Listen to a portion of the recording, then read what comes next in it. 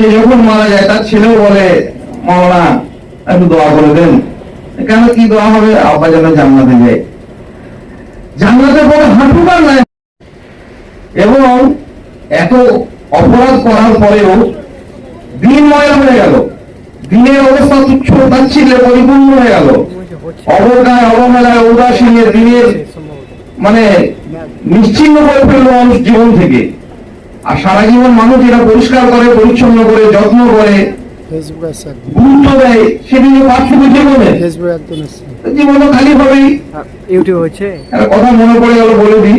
আপনারা অনেকে হজে গেছেন, ওমরাতে গেছেন, আগামীতে যাবেন। হজের ওমরার একটা গুরুত্বপূর্ণ জায়গা হচ্ছে হাজরে আসওয়াদ নামে একটা পাথরের চুম্বন করা, জানেন তো?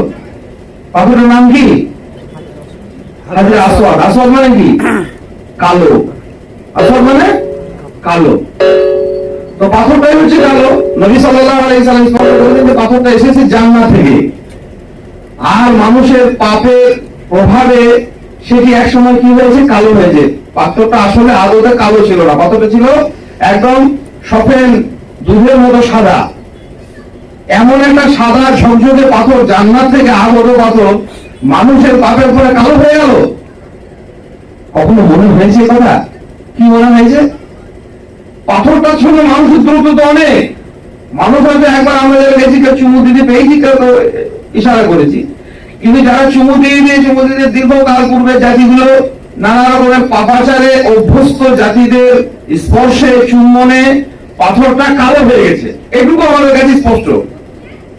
মানুষের পাপের কারণে সেই পাপকে নিষিদ্ধ করতে গিয়ে, সেই পাপকে সুস্থে গিয়ে পাথরটাকে আল্লাহ সুবহানাহু ওয়া তাআলা কালো করে দিয়েছেন। আর সেই পাপ যে হৃদয় থেকে প্রতিনিয়ত উদ্ভূত হয়, সেই হৃদয়টা সাদা ঝকঝকে পরিষ্কার থাকবে, এটা হয়? পাথর কালো হয়ে গেল আর এটা পরিষ্কার থাকবে? আমাদের সাধারণ মানুষ বলে না, আমার হৃদয় পরিষ্কার আছে, আমি যাই করি। এটাও কথা নয়। কথা হচ্ছে এত কালিমা লিপ্ত হয়ে যাওয়ার পরেও মানুষ আকাঙ্ক্ষা করে জান্নাতের। কবি বলেছেন তারজুন নাজাতা ওয়ালাম তাসলুক মাসালাকাহা, মানুষ জান্নাতে যেতে চায়, সে পথে হাঁটতে চায় না। ইন্না সাফিনাতা লা তাজরি আলা ইয়াবাস, ডাঙায় কোনোদিন নৌকো চলে না। নৌকো চলতে গেলে সমুদ্রের স্রোত চাই, বিস্ফারিত জলস্রোতের উপর দিয়ে নৌকো ভাসবে, ডাঙাতে চলবে না। জান্নাত যাওয়ার একটা পথ আছে। মানুষের আদত একটা ইচ্ছা আছে জান্নাতে যাওয়ার, কারণ মানুষ এখানকার নয়, মানুষ এসেছে ওপর থেকে। আর সেই সভূমিতে নিজের সেই বা প্রথম মানুষ ছিলেন যে জায়গাটিতে, সেই জায়গায় একটা যাওয়ার একটা লালিত আকাঙ্ক্ষা মানুষ জাফর করে। জান্নাত যাওয়ার পথে বাধা কি?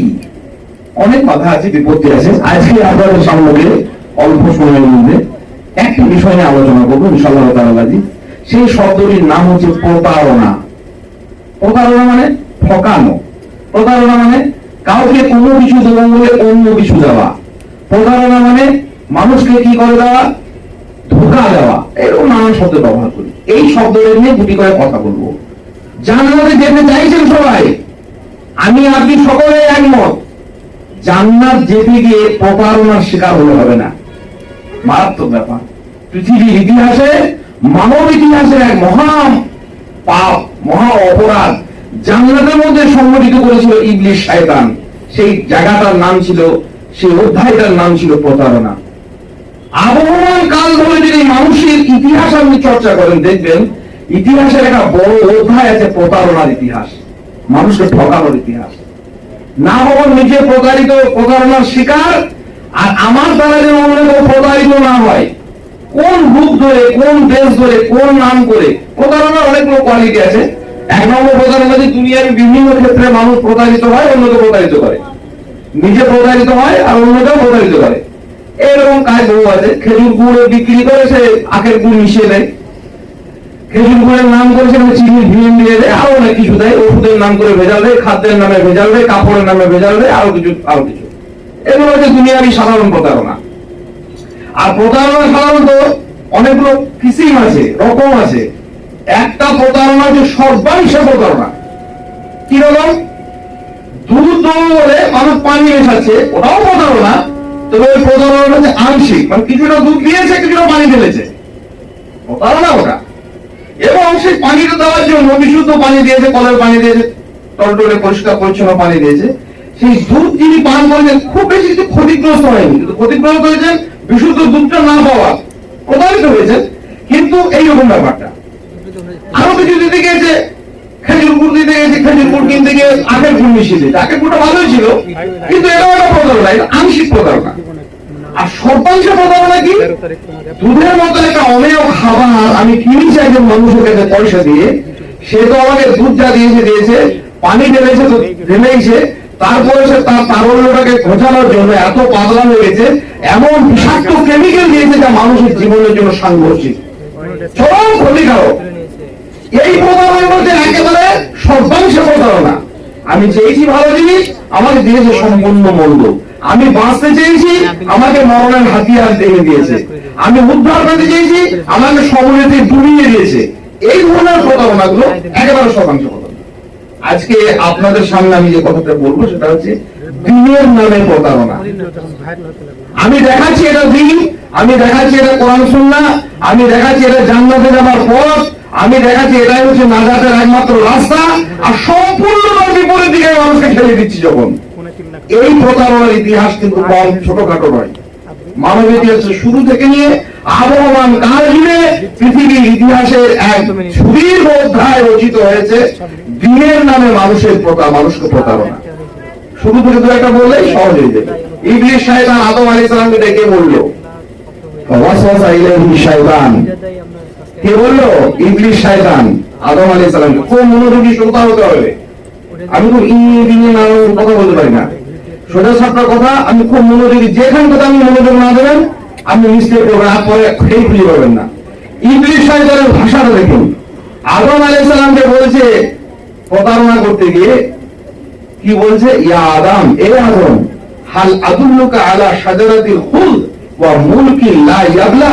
তোমাকে আমি এমন একটা জীবনদায়ী গাছের কথা বলবো যে গাছটা খেলে কি হবে? তুমি সঞ্জীবনী বৃক্ষ, জীবনদায়ী গাছ, যে গাছ খেলে তুমি চিরকাল বেঁচে থাকবে। কাকে বলছে? আদম আলাইহিস সালামকে। কে বলছে? ইবলিস শয়তান। কোথা বলছে? জান্নাতের ভূমিতে। খুব মজার কথা। ইবলিস শয়তান একটিবারের জন্য কিন্তু এই কথা বলেনি যে আদম আল্লাহর নিয়ম মেনে কি হবে, আল্লাহর নিয়ম কানুন মানার কোনো দরকার নেই, আল্লাহর নাফরমানি করো, আমিও নাফরমানি করবো, আমিও নাফরমানি করেছি, কি হবে, আমাকে কি করবে? আল্লাহর নাফরমানির কোনো কথা, বৃদ্ধাচরণের কোনো কথা, নোংরা কোনো কথা, অসৎ কোনো কথা ইবলিস শয়তান বলেনি। শয়তান তো শয়তানি। শয়তান কি বলছে? হাল আদুল্লুকা আলা শাজারাতিল খুলদ, তোমাকে আমি এমন একটা জীবনদায়ী গাছের কথা বলবো, ওয়া মুলকিন লা ইয়াবলা, এমন এক রাজত্বের সন্ধান দেবো যে রাজত্ব কোনোদিন শেষ হবে না। জান্নাতের মাটিতে সাদা সাপটা মানুষ আমাদের বাপ আদম আলাইহিস সালাতু ওয়াস তাসলিম। তিনি কি ভাবছেন? ভালো কথা, সুন্দর কথা। এত সুন্দর জান্নাতে যদি দীর্ঘকাল থাকতে পাই, ওই গাছটা খেয়ে যদি আমার দীর্ঘকাল এখানে চিরস্থায়ী জীবন যাপন করতে পারি, জীবনদায়ী গাছ খেয়ে যদি চিরঞ্জীবী বৃক্ষের রস পেয়ে যদি আমি চিরঞ্জীব হয়ে যায় এখানে, আর যদি অক্ষয় রাজত্ব পাই, যে রাজত্ব শেষ হবে না, ভালো তো। প্রতারিত হলেন। মানব ইতিহাসে প্রথম প্রতারণা শুরু হলো। প্রতারণার ধর্মটা কেমন? যে জিনিস দিচ্ছি তার সম্পূর্ণ উল্টো আমি বলছি, যে কথা বলছি তার সম্পূর্ণ উল্টো জিনিস আমি পরিবেশন করছি। জান্নাতে চিরকাল রাখার জন্য জান্নাত থেকে বের করার মন্ত্র দেওয়া হয়েছিল। আল্লাহ আলাইহিস সালাম সেই ভুল করে ফেললেন ক্ষণিকের তরে। আল্লাহ সুবহানাহু ওয়া তাআলা জানেন, সবই জানতেন, আল্লাহর এগুলো ফাইসালা তিনি মানুষ নেন। ফাইসালা সমস্যা কি গুরুত্বপূর্ণ, আল্লাহ সুবহানাহু ওয়া তাআলার শিক্ষা, তার হিকমা, যে মানুষ যেন মনে রাখে তার পিতার কথা, যে আমাদের পিতা এই জান্নাত থেকে বহিষ্কৃত হয়েছিল একটি শব্দের দ্বারাই, সেই শব্দটির নাম ছিল প্রতারণা। ওকে দেওয়া হলো কি? জান্নাতে চিরকাল থাকার মন্ত্র, কিন্তু প্রকৃত অর্থে দেওয়া হলো জান্নাত থেকে বের করার রাস্তা। আবহমান কাল জুড়ে চলতে থাকলো পৃথিবীর মাটিতে, দীর্ঘ সময় জুড়ে অদ্যাবধি মানুষকে দেওয়া হচ্ছে এক, আর সেখানে আমাদের পড়ানো হচ্ছে আরেক। বুলি বলছে একরকম, তোমাদেরকে রাষ্ট্র দেবো, কেউ বলছে সমাজ দেবো, কেউ বলছে স্বাধীন জীবিকা দেবো, কেউ বলছে তোমাদের জীবনের উন্নয়ন হবে, কেউ বলছে শিক্ষা হবে, কেউ বলছে স্বাস্থ্যের উন্নতি। হাজার রকমের প্রলোভনে, হাজার রকমের প্ররোচনার রাস্তা দিয়ে মানুষ আসলে প্রতারিত হয়ে গেছে। আদম আলাইহিস সালাম এলেন, আল্লাহ সুবহানাহু ওয়া তাআলাকে সান্ত্বনা দিলেন, এসে খুব দুঃখ পেলেন, কষ্ট পেলেন, কাঁদলেন। যে এত কষ্ট এই জান্নাত থেকে এসে এই পৃথিবীতে কি ঝামেলা ঝঞ্ঝট, খরা, বন্যা, ভূমিকম্প, সাগর সাগর, নদী, পাহাড় পার হয়ে কোথায় যাবো, কোথায় কি করবো। আদম আলাইহিস সালাম দুটি শব্দ জান্নাতে চিনতেন না, দুটি শব্দের সঙ্গে পৃথিবীতে এসে পরিচয় হল। একটা হলো ভয়, একটা হচ্ছে দুঃখ। ভয় মানে ভবিষ্যতের সঙ্গে সম্পর্ক, তার নাম ভয়। অতীতের সঙ্গে সম্পর্ক, তার নাম দুঃখ। অতীতের সঙ্গে সম্পর্কিত দুঃখ মানে জান্নাতের মধ্যে একটা জায়গা হারিয়ে চলে এসেছেন, ব্যথায় বেদনায় আকীর্ণ। আর ভবিষ্যতে কি করে বাঁচবো, কি করে থাকবো, কোথায় খাবো, কি করবো, জান্নাত থেকে এসেছি এখন চিন্তা ভাবনা। আল্লাহ বললেন ফাইমা ইয়াতিয়ান্নাকুম মিন্নি হুদান ফামান তাবিআ হুদায়া ফালা খাউফুন আলাইহিম ওয়ালা হুম ইয়াহজানুন। এ আদম, ভয়ের কিছু নেই, তোমার সঙ্গে হেদায়েত যাবে, হেদায়েত যারা অনুসরণ করবে, লা খাউফুন আলাইহিম ওয়ালা হুম ইয়াহজানুন। না থাকবে তাদের ভয়, না থাকবে তাদের দুঃখ। কোনো ভয় নেই, কোনো রকমের দুঃখ নেই, থাকো থাকলেন। এবং দীর্ঘ সময় জুড়ে আদম আলাইহিস সালাম এবং তার সন্তানরা পৃথিবীতে জীবনযাপন করলেন। সেই জীবনের মধ্যে কোন ধরনের প্রতারণার শিকার হতে হয়নি সাধারণত, একটা দুটো বিচ্ছিন্ন ঘটনা ছাড়া। নূহ আলাইহিস সালাম পর্যন্ত কানা বাইনা আদম ওয়া নূহ আশারাতা কুরুন, নূহ আলাইহিস সালামের সঙ্গে আদম আলাইহিস সালামের প্রায় 10 প্রজন্মের ব্যবধান। সেই ব্যবধানে কোন রকমের প্রতারণা, বড় রকমের শিকার হতে হয়নি।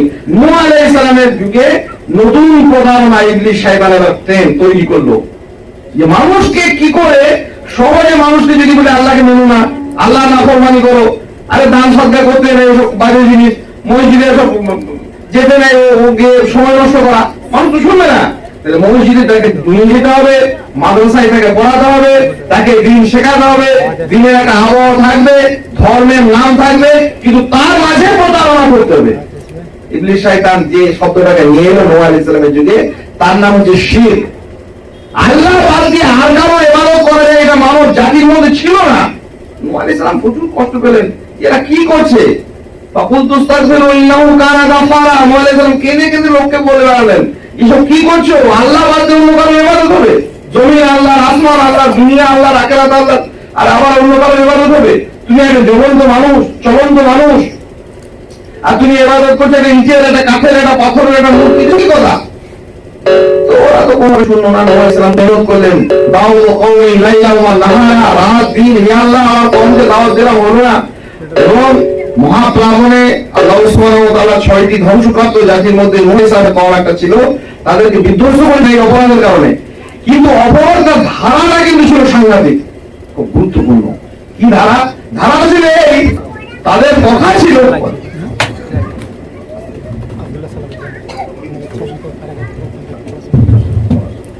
তাদের কথা ছিল যে আল্লাহ নাফরমানি করো, এটা নয়। ইবলিস শয়তান সরাসরি বলেনি যে আল্লাহ, যেমন আদম আলাইহিস সালামকে প্রতারিত করেছিল, এই বলে তোমাকে একটা জীবন দেয়, গাছের কথা বলছি, যে গাছটার ফল খেলে তুমি চিরকাল বেঁচে থাকবে, এখানে রাজত্ব পাবে। নূহ আলাইহিস সালামের কওমের কাছে ইবলিস শয়তান নানান ধরন করণ প্রকৌশল প্রয়োগ করে এসেছিল, লিউকারিবুনা ইলাল্লাহি যুলফা, আল্লাহর নিকটবর্তী করে এই সমস্ত ছবিগুলো, এই সমস্ত পূর্বের লোকেদের যে সমস্ত জিনিসগুলো আমরা সম্মান করতে বলছি, তাদেরকে যে তোমাদেরকে ইবাদত করাচ্ছি, এটাতে কি হবে? তারা এই কথা বলতে শিখলো যে আমরা তো আল্লাহর নৈকট্য প্রাপ্তির জন্য এদেরকে ধরেছি। আমরা যে ইটটা মাথা ঠোকাচ্ছি, কাঠে, গাছে, পাথরে, কবরে, মাজারে, মূর্তিতে, চন্দ্রে, সূর্যে মাথা নোয়াচ্ছি কেন? আমরা ওদেরকে মাবুদ বলছি না, ওদেরকে আল্লাহ বলছি না, আমাদেরকে আল্লাহর নৈকট্য প্রাপ্তিতে সহযোগিতা করবে, আরো আল্লাহর নিকটবর্তী করে দেবে। মজার কথা হলো, এই হচ্ছে প্রতারণার ধরন। আসলে ইবলিস শয়তানের ইচ্ছা ছিল আল্লাহ সুবহানাহু ওয়া তাআলার সঙ্গে তাদের যোজন যোজন, শত শত আলোকবর্ষের দূরত্ব তৈরি করা। ফাকাদ দাল্লা দালালাম বাইদা, একেবারে দূর থেকে দূরগামী পথে তারা চলে যাবে। আল্লাহর কোনো সাহায্য, আল্লাহর কোনো ভালোবাসা, আল্লাহর কোনো দয়া, আল্লাহর কোনো ক্ষমা থাকবে না। এইরকম দূরত্ব তাদেরকে ছুঁড়ে ফেলার জন্য তারা যে মশলাটা দিল, যে ফতোয়াটা জারি করলো, যে তোমাদেরকে নিকটবর্তী করে দিচ্ছি, তাই নৈকট্য প্রাপ্তির নাম করে ইবলিস শয়তানের প্রতারণা ছিল দূরত্ব সৃষ্টি করা। মানব ইতিহাসের আবহমান কাল জুড়ে এইরকম একটা মহা অপরাধ পৃথিবীতে যে সংঘটিত করেছে বা আজও চলেছে নিরন্তর ভাবে, তুমুলভাবে সারা পৃথিবীতে বিদ্যমান, সেটির মূল অস্ত্রসার, মূল ধরন ছিল, প্রকরণ ছিল মানুষকে কি করা? প্রতারণা, নিকটবর্তী করে দেওয়া হবে। ওই পাথরে মাথা ঠুকলে বা ওই কবরে মাথা ঢুকলে বা ওই গাছে বা ওই ইটে বা ওই কাঠে, আসলে অন্য কিছু নয়। ওরা কি মাবুদ নাকি? আমাদেরকে মাবুদের কাছাকাছি করবে। আল্লাহ রাব্বুল আলামিন পবিত্র কোরআনে সূরা আলা লিল্লাহি দীনুল খালিস, একমাত্র আল্লাহ সুবহানাহু ওয়া তাআলার জন্য বিশুদ্ধ দিন, আর কারোর জন্য নয়। বললেন যে গোটা মানব উপরে ওয়ালাকাদ বাসনা ফি কুল্লি উম্মাতিন রাসূলান আন ইবুদুল্লাহ, একমাত্র নবী রাসূলদেরকে প্রত্যেক কওমের কাছে পাঠানো হয়েছে যে তারা আল্লাহর ইবাদত করবে, ওয়াসতানিবুত তাগুত, এবং তাগুতের যুদ্ধাচরণ করবে। এই নবী রাসূলদেরকে পাঠানো হয়েছে। মুহাম্মদুর রাসূলুল্লাহ সাল্লাল্লাহু আলাইহি সাল্লাম সারা জীবন স্পষ্ট করলেন, সর্বযুগের সব নবী সব রাসূল একেবারে তাদের জীবন দিয়ে, জীবনের অন্তিম লগ্ন পর্যন্ত তারা প্রমাণ করে দেখালেন যে তাওহীদ হচ্ছে মানব জীবনের মূল রূপরেখা, আর অন্য কিছু নয়। সেই জন্য চরমতম বিপন্নতার শিকার হওয়ার পরেও সমুদ্রে ডুবে যাচ্ছেন একজন মানুষ, মাছের পেটে ঢুকে যাচ্ছেন একজন মানুষ, নবী ইউনূস আলাইহিস সালাতু ওয়াস তাসলিম মাছের পেটে ঢুকে কি দোয়া করেছেন? লা ইলাহা ইল্লাল্লাহ, আল্লাহ ছাড়া তুমি ছাড়া কোনো মাবুদ নেই। কেন? আল্লাহ তুমি আমাকে বাঁচাও, সমুদ্রে ডুবে গেছে, এসব কথা নয়। জীবনের শেষ লগ্নেও যেন তাওহীদ থেকে আমি বিচ্যুত না হই, কোন একটা মুহূর্তের যেন শিরকের সঙ্গে আমার না আপোষ হয়, এই ধারণাকে মানুষের কাছে স্পষ্ট করছে। লা ইলাহা ইল্লাল্লাহ, আল্লাহ তুমি ছাড়া তো কোনো মাবুদ নেই, সুবহানাকা ইন্নী কুনতু মিনাজ জালিমিন।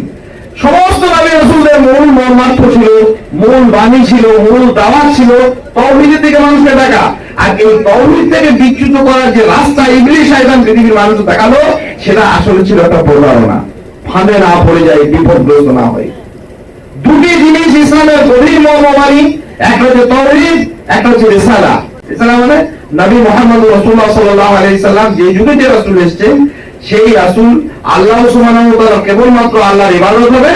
আর ইবাদতটা কেমন করে হবে, কেমন করে সালাত হবে, সিয়াম হবে, নামাজ হবে, রোজা হবে, সেইগুলো দেখানোর জন্য একজন করে মানুষ যুগে যুগে প্রেরণ করা হয়েছে, নবী হিসেবে, রাসূল হিসেবে।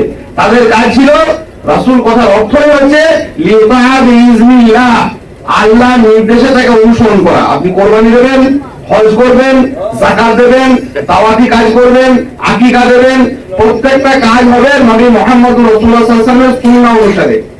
ইবলিস শয়তান কিভাবে করেছে? যে রাসূলের বিরুদ্ধে কথা বলে তো লেগে যাবে, মুহাম্মদ সাল্লাল্লাহু আলাইহি ওয়াসাল্লামের বিরুদ্ধে কথা বলে মানুষ নামাজ পড়বে, রোজা করবে, নাইবা করুক, যাই করুক, শিরক করুক, বিদআত করুক, আমার নবীর নামে নবীর ভালোবাসা থাকতে হবে, হৃদয়ে নবীর ভালোবাসা ছাড়া আমি জান্নাতে যেতে পারবো না। সেই ভালোবাসার নাম করে প্রতারণা করেছে, আমরা ধরতে পারিনি। জান্নাতের পথে দিনের নামে এই প্রতারণাগুলো পৃথিবীতে আবহমান কাল ধরে তৈরি হয়েছে। কিভাবে তৈরি হয়েছে? যেন মুহাম্মদ সাল্লাল্লাহু আলাইহি ওয়াসাল্লামকে সবথেকে ভালোবাসি। কেমন করে ভালোবাসি? সাংঘাতিক ভালোবাসি। এসকে মুহাম্মদ দল তৈরি হয়েছে, গোত্র তৈরি হয়েছে। মুহাম্মদ রাসূলুল্লাহ সাল্লাল্লাহু আলাইহি ওয়াসাল্লামের নাম করে ভালোবাসার মানে যুব সম্প্রদায় নিজেরা নতুন নতুন নামকরণ করেছেন। তার নাম শুনে চুমু খেয়েছেন, তার নাম করে ছবিতে গাড়িতে টাঙিয়ে রেখেছেন, তার নামে হাজারো রকম দল তৈরি করেছেন। আমরা মুহাম্মদ সাল্লাল্লাহু আলাইহি ওয়াসাল্লামের ইশকে, তার ভালোবাসা আমরা টইটম্বুর। কিন্তু মুহাম্মদ রাসূলুল্লাহ সাল্লাল্লাহু আলাইহি ওয়াসাল্লামের ভালোবাসার যে প্রেক্ষিত, যেটি ধরন, আল্লাহ রাব্বুল আলামিন স্পষ্ট করতেন, ইন কুনতুম তুহিব্বুনাল্লাহ, আল্লাহকে যদি ভালোবাসতে চাও, ভালো করে মনে রাখবেন, আল্লাহকে যদি ভালোবাসতে চাও ফাত্তাবিউনি, রাসূল সাল্লাল্লাহু আলাইহি ওয়াসাল্লাম আল্লাহ নির্দেশ দিয়েছেন যে তুমি বলো, তারা যেন তোমার অনুসরণ করে। আল্লাহকে ভালোবাসতে গেলে মুহাম্মদ রাসূলুল্লাহ সাল্লাল্লাহু আলাইহি ওয়াসাল্লামের অনুসরণ অপরিহার্য। খুব সূক্ষ্ম কথা। আর মুহাম্মদ সাল্লাল্লাহু আলাইহি ওয়াসাল্লাম ভালোবাসতে গেলে কাকে করবেন? কাকে? ইটকে, পাথরকে, আমাদের দেশের কোন বড় নেতাকে, আমলাকে, কাকে? কোন যুগের বুজুর্গকে, কোন পুরোহিত পাদ্রীকে, কোন নতুন ফতোয়াদাতাকে, না নতুন তৈরি হয়েছে কোন ইসলাম, কোন মতবাদ, কেউ বলছেন আমি নবী। যুগে যুগে বিভিন্ন দাবিদার এসছে। নবী সাল্লাল্লাহু আলাইহি ওয়াসাল্লামের পরে নবী সাল্লাল্লাহু আলাইহি ওয়াসাল্লাম স্পষ্ট নিজেই বলে গেছেন এগুলো, তাই আতুনা ফি উম্মতি, আমার উম্মতের মধ্যে কিছু লোক আসবে, সালাতুনা কাযাবুনা সালাতুন, এমন তিনি যে তারা আমি খাতামুন নবী, আমি শেষ নবী, লা নবিয়্যা বাদি, আমার পরে কোনো নবুয়তের দাবি নিয়ে পৃথিবীর মানুষ এসেছে। তারপরে অন্যান্য ঈসা আলাইহিস সালামের নামে, ইমাম মাহদীর নামে, অমুক ইমামের নামে, তমুক মানে কত লোক এসেছে তা ঠিক নাই। এদের অনুসরণ অনুকরণের মাধ্যমে মুহাম্মদ সাল্লাল্লাহু আলাইহি ওয়াসাল্লামকে ভালোবাসা গেল। মুহাম্মদ রাসূলুল্লাহ সাল্লাল্লাহু আলাইহি ওয়াসাল্লামকে ভালোবাসা অপরিহার্য, ফরজ, ওয়াজিব, দুনিয়ার সর্বোত্তম ভালোবাসা একটা মানুষের জাতি হবে মুহাম্মদ রাসূলুল্লাহ সাল্লাল্লাহু আলাইহি ওয়াসাল্লামের জন্য। এ কথা নিশ্চিত শয়তান জানে যে মুহাম্মদ সাল্লাল্লাহু আলাইহি ওয়াসাল্লামের প্রতি ভালোবাসাকে এরা গুরুত্ব দেয়, তাৎপর্য পূর্ণ ব্যাপার একটা। তাহলে মানুষকে বিভ্রান্ত করার জন্য, প্রতারণা করার জন্য সে মূল জায়গাটি থেকে সরে এসে অন্যভাবে মানুষকে প্রতারিত করেছে। এইভাবে যে দেখো মহাসানকে ভালোবাসা হচ্ছে এই ব্যাপারগুলো আল্লাহ স্পষ্ট করছেন। আল্লাহকে ভালোবাসতে গেলেও মুহাম্মদ রাসূলুল্লাহ সাল্লাল্লাহু আলাইহি ওয়াসাল্লামের ইত্তেবা অপরিহার্য। ইন কুনতুম তুহিব্বুনাল্লাহ ফাত্তাবিউনি, আল্লাহকে ভালোবাসার জন্য মুহাম্মদ সাল্লাল্লাহু আলাইহি ওয়াসাল্লামকে অনুসরণ করা জরুরি। তো মুহাম্মদ রাসূলুল্লাহ সাল্লাল্লাহু আলাইহি ওয়াসাল্লামকে ভালোবাসার জন্য আর কার অনুসরণ হবে? মুহাম্মদ সাল্লাল্লাহু আলাইহি ওয়াসাল্লাম অনুসরণ হবে। আমাদের জীবনে, আমাদের যাপনে, আমাদের মুআমালাতে, আমাদের ইবাদতে কোন একটি জায়গাতে অনুসরণ নেই পরের কথা। এই ব্যাপারটাতে আপনার মত কি? আধুনিক ভ্রষ্ট সমাজের এটা ভাষা। এই ব্যাপারে আপনি কি বলছেন? একবার জিজ্ঞাসা করতে পারলেন না মুহাম্মদ রাসূলুল্লাহ সাল্লাল্লাহু আলাইহি ওয়াসাল্লাম কি বলে? আমি কি বলার কে?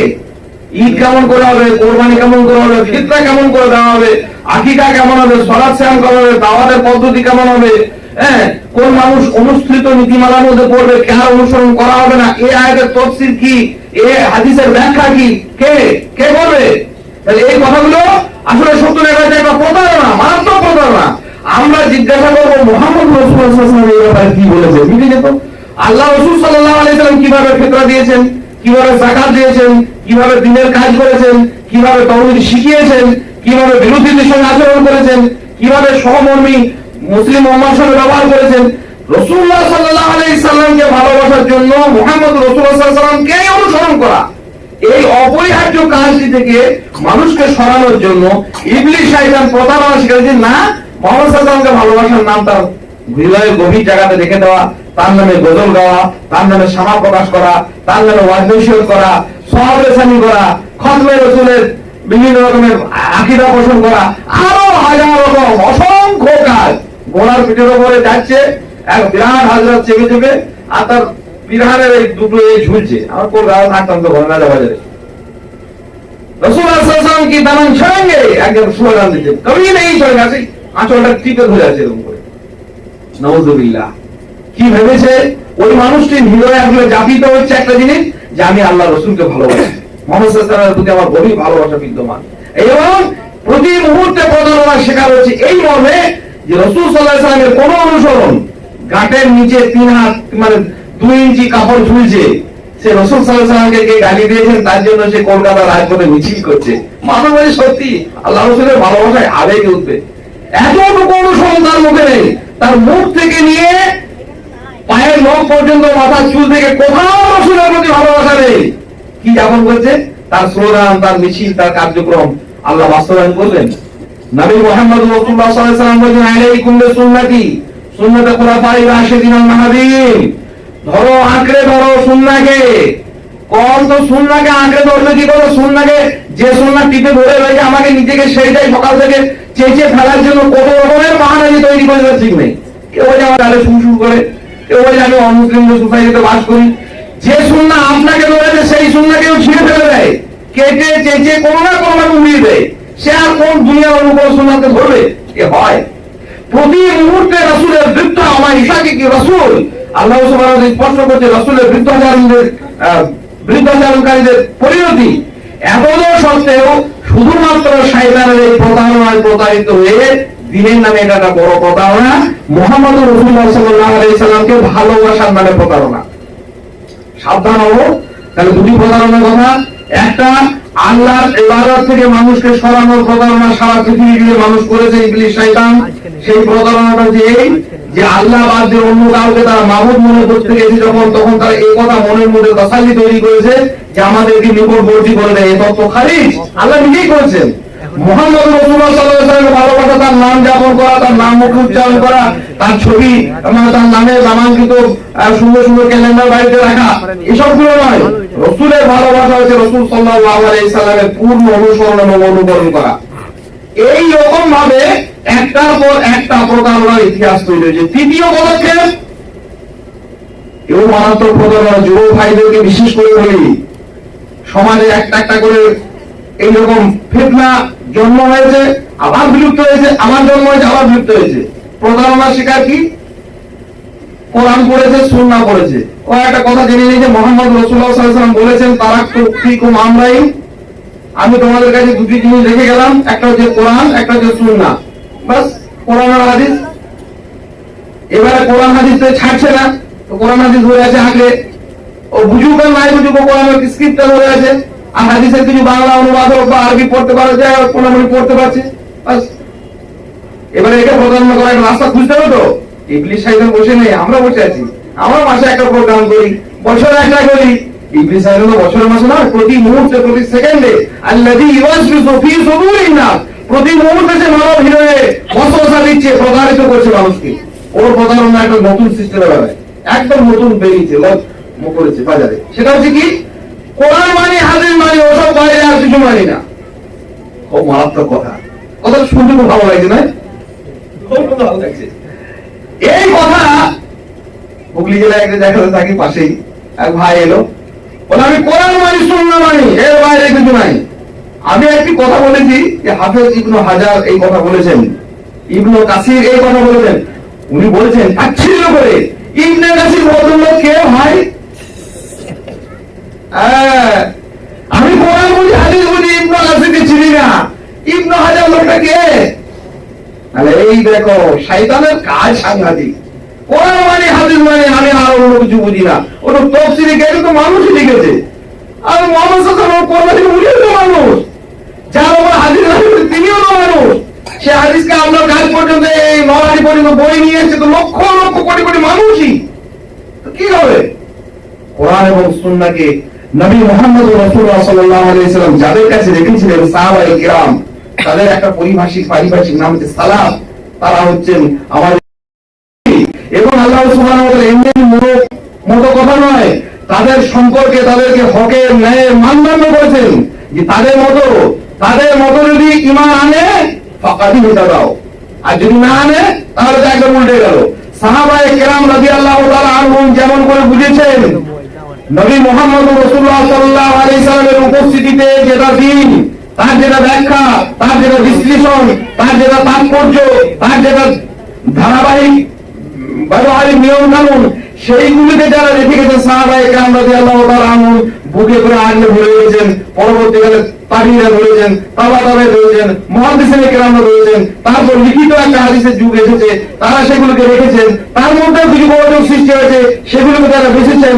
এই টোটাল কর্ম আজকে আমাদের কাছে যে কোরআন সুন্নাহ এসেছে, এই ধারাবাহিক পর্যায়ে এই টোটাল কর্মটাকে নষ্ট করে দিয়ে ইলমের, কোরআন এবং সুন্নাহর ইলমের মোতাবালিস ধারা, এক আলোকঞ্চল ধারা আছে নবী রাসূলুল্লাহ সাল্লাল্লাহু আলাইহি ওয়াসাল্লাম থেকে অদ্যাবধি যেটা রয়েছে, এই ধারাটাকে অস্বীকার করবে। ওর হাতে কোরআনটা বাংলা পড়েছে না আরবি পড়েছে, বলে আমি কোরআন বুঝি আর হাদিস বুঝি, কিছুই বোঝে না, একটা শব্দও বলতে পারে না, অর্থ বুঝতে পারে না, এবং নিজের ইচ্ছা মতো নিজের জীবন যাপন করে, নিজে যেটা কথা হবে সেই কথাটাকে খুঁজি কোথাও বের করে, তার ব্যাখ্যা নাই, তার বিশ্লেষণ নাই, এবং প্রতারণার শিকার হয় কি দিয়ে? আমি কোরআন মানি হাদিস মানি, আমি ওই ইবনে কাসিরকেও বুঝি না আর ইবনে হাজার আছে, কে বোঝাবে আপনাকে? পবিত্র কোরআন এবং সুন্নাহর কথা কে? আল্লাহ সুবহানাহু ওয়া তাআলা স্পষ্ট করে দিয়েছেন যে ফাইল তাদের মতো যদি তাদের ঈমান আনো তবে তোমরা হিদায়াত পাবে। সাহাবায়ে আল্লাহ সুবহানাহু ওয়া তাআলা পবিত্র কোরআনে যাদের স্পষ্ট উলাইকা হুমুস সালিহুন, উলাইকা হুমুর রাশিদুন, উলাইকা হুমুল মুফলিহুন, তাদের উদ্দেশ্য হচ্ছে সরাসরি সাহাবায়ে কেরাম রাদিয়াল্লাহু তাআলা আনহুম তারা দেখেছেন, বুঝেছেন, এবং পবিত্র কোরআন এবং সুন্নাহর সর্বোত্তম অনুসারী তারাই, সর্বোত্তম ব্যাখ্যাকারী তারাই, সর্বোত্তম তাৎপর্য প্রদানকারী তারাই। রাসূলুল্লাহ সাল্লাল্লাহু আলাইহি ওয়াসাল্লামের উপস্থিতিতে এগুলো ঘটছে, এত সত্ত্বেও এই ইলমের মোতাবালিস ধারাটাকে তারা অস্বীকার করে বসেছে। ওটার জন্য যে বিভ্রান্তি হওয়ার, সেই জন্য হাজার রকমের শতবার বিভক্ত হয়ে গেছে মুসলিম উম্মাহ। কোরআন এবং সুন্নাহর যে মৌলিক ধারাটি, সালাফদের যেটা মানহাজ, সেটা থেকে বিচ্যুত হয়ে তারা নিজের মতো করে জীবনযাপন করেছে। এটা হচ্ছে শয়তান ইবলিসের একটা বড় রকমের ধারা, বড় রকমের ট্রেন, বড় রকমের একটা প্রতারণা। হ্যাঁ তুমি বলে দাও ভালো লেগেছে, তোমাকে কোরআন মেরেছো, হাদিস মেরেছো, বাস অন্য কিছু না। আমরা কোরআন মানি, আমরা সুন্নাহ মানি। হ্যাঁ সাহাবায়ে কেরাম রাদিয়াল্লাহু তাআলা আনহু বুঝেছেন, আমাদেরকে বুঝিয়েছেন, সাহাবারা সেগুলো শিখিয়েছেন, ব্যাখ্যা বিশ্লেষণ করেছেন, সেগুলি সার্বিক তাৎপর্য মেনেই আমরা সেগুলোকে গ্রহণ করি।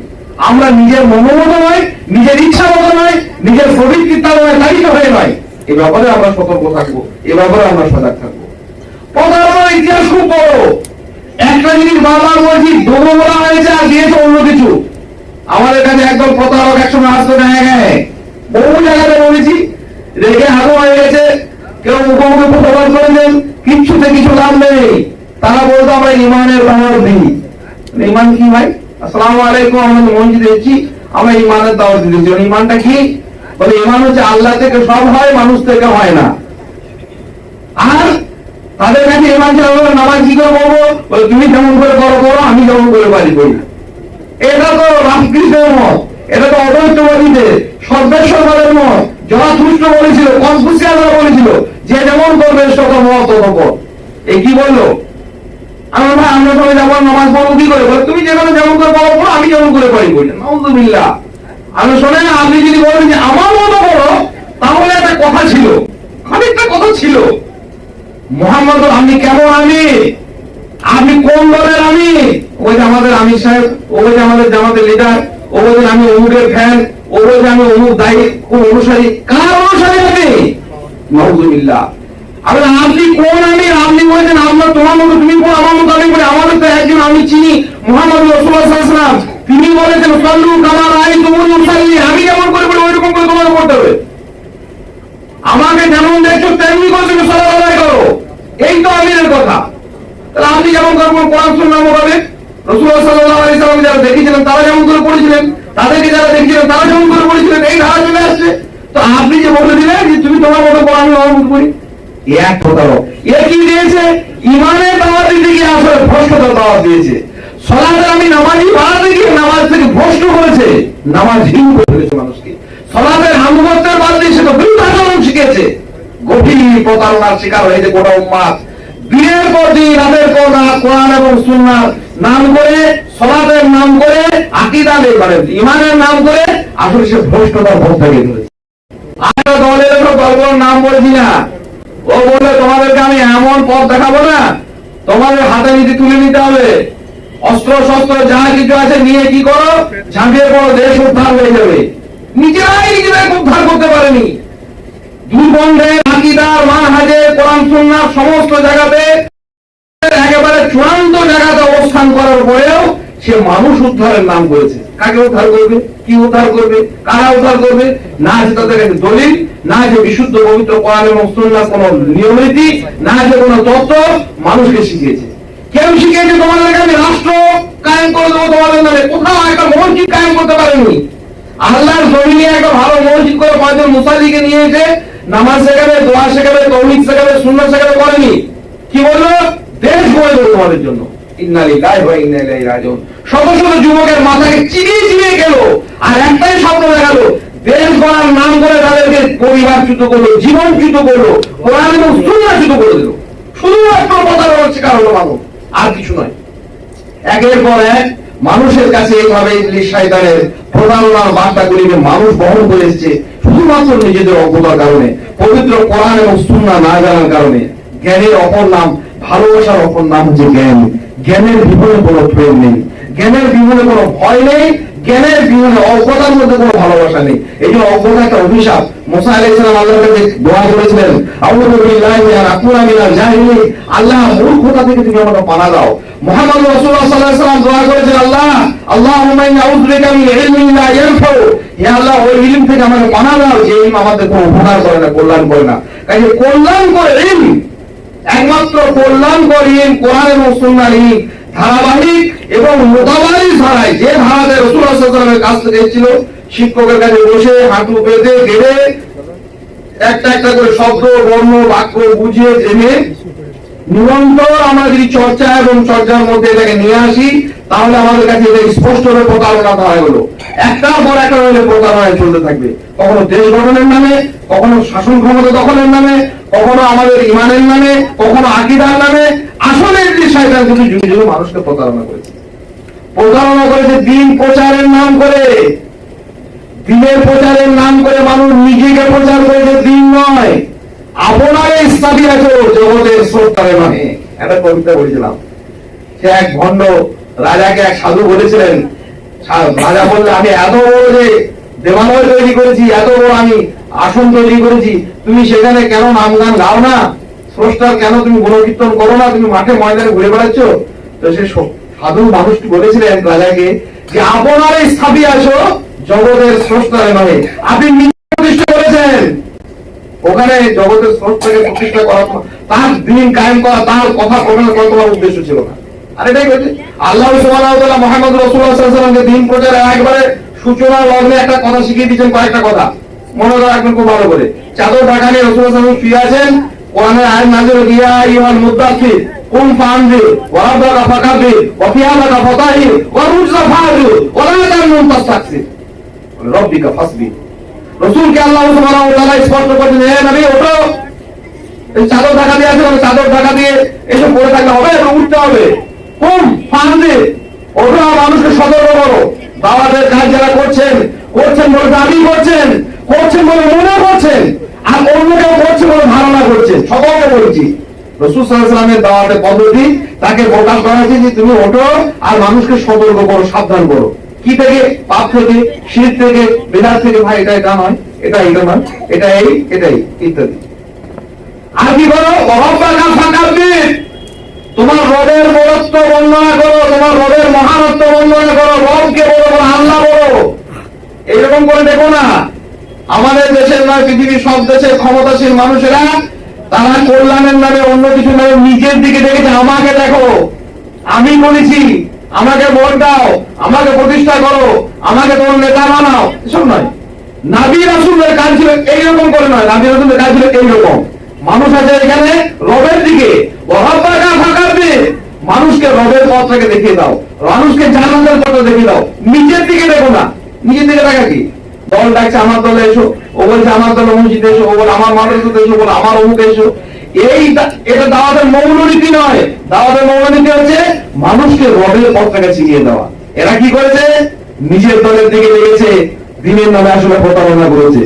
ওয়ারাবাকা ফাকাব্বির ওয়া সিয়াবাকা ফাতাহির, আর নিজেকে পাক পবিত্র রাখো, নিজের জামা কাপড় পোশাক আশাক যাবতীয় যা কিছু পরিচ্ছন্ন রাখো। ওয়ালা তামনুন তাস্তাকসির, আর কোনো কিছু বেশি পাবার লোভে কোনো কিছু কাউকে প্রদান করো না। এখান থেকে মোটা অঙ্কের পাবো, এখান থেকে ওখানে পাবো, ওখানে পাবো, এখানে ভালো চাঁদা পাবো, সেই জন্য এই অন্যায়টাকে কিছুক্ষণে মেনে নি, এই হারামকারী লিপ্ত থাকে, থাক, এদের কাছ থেকে বড় একটা ডোনেশন পায়। এইসব এগুলো হচ্ছে আসলে শয়তানি প্রতারণারই একটি ধরন ছাড়া অন্য কিছু নয়।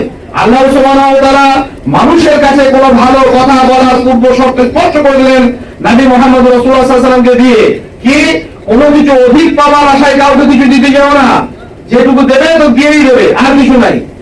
ওয়ালা তামনুন তাস্তাকসির ওয়া রাব্বিকা ফাসবির, আর রবের প্রতি সবর করো, ধৈর্য ধারণ করো। এই কাজ করতে গিয়ে অনেক কষ্ট আছে, অনেক যন্ত্রণা আছে, অনেক ব্যথা আছে, ইত্যাদি ইত্যাদি। তাহলে দাওয়াতের সিস্টেম হচ্ছে মানুষকে রবের দিকে, আল্লাহ সুবহানাহু ওয়া তাআলার দিকে তাদেরকে রবের পথ দেখানো, হুকুমের রাস্তা দিলে রব্বিকা বিল হিকমা। রাসূলকে আল্লাহ সুবহানাহু ওয়া তাআলা স্পষ্ট নির্দেশ দিচ্ছেন যে তোমার প্রতিপালকের দিকে মানুষকে হিকমার সঙ্গে রাখো। আর সাধারণভাবে মানুষ শয়তানের প্রতারণায় কি করেছে? নিজের দিকে দেখেছে। আর কি করেছে? নিজেকে প্রতিষ্ঠা করার জন্য। আমাদের সমাজে বহু জালসা হয়, সব নয়, প্রতারণা তো সব হবে না, সব খেজুর গুলো তার আখের গুণ মিশিয়ে দেবে না, কিছু হবে, আর সেইটাই হচ্ছে আমাদের জন্য বিপদ।